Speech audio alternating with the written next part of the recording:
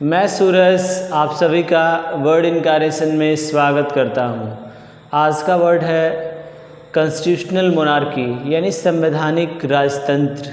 आज के सेशन में हम लोग यह समझने का प्रयास करेंगे कि संवैधानिक राजतंत्र होता क्या है और किस प्रकार से फ्रांस में 1791 में इसको स्थापित किया गया और किस प्रकार इसके माध्यम से राजा की शक्तियों का विभाजन किया गया और किन किन संस्थाओं में इसको बांटा गया और इसका समाज पर क्या असर पड़ा।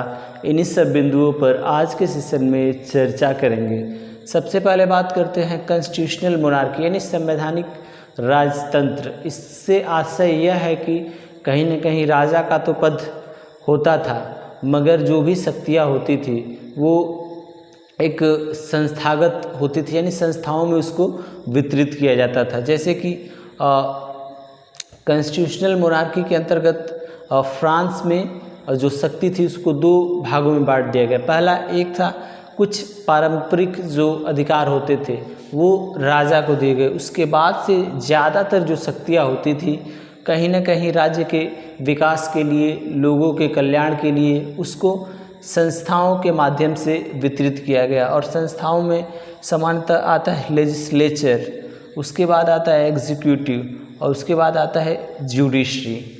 लेजिस्लेचर की बात की जाए तो जितने भी राज्य के कानून होते हैं लेजिस्लेचर के माध्यम से बनाया जाता है, जो कि फ्रांस में ऐसा हुआ। उसके बाद से एग्जीक्यूटिव की बात की जाए तो कहीं ना कहीं लेजिस्लेचर में जो भी सदस्य होते हैं उनके माध्यम से ही एग्जीक्यूटिव के सदस्य चुने जाते हैं और वे कहीं ना कहीं प्रमुख रूप से नीतियों को बनाते हैं और संचालित करते हैं।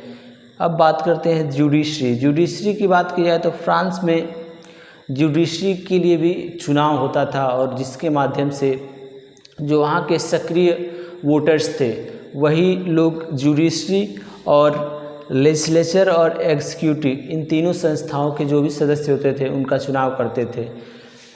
बात करते हैं सक्रिय मताधिकार का कैसे उपयोग होता था फ्रांस में।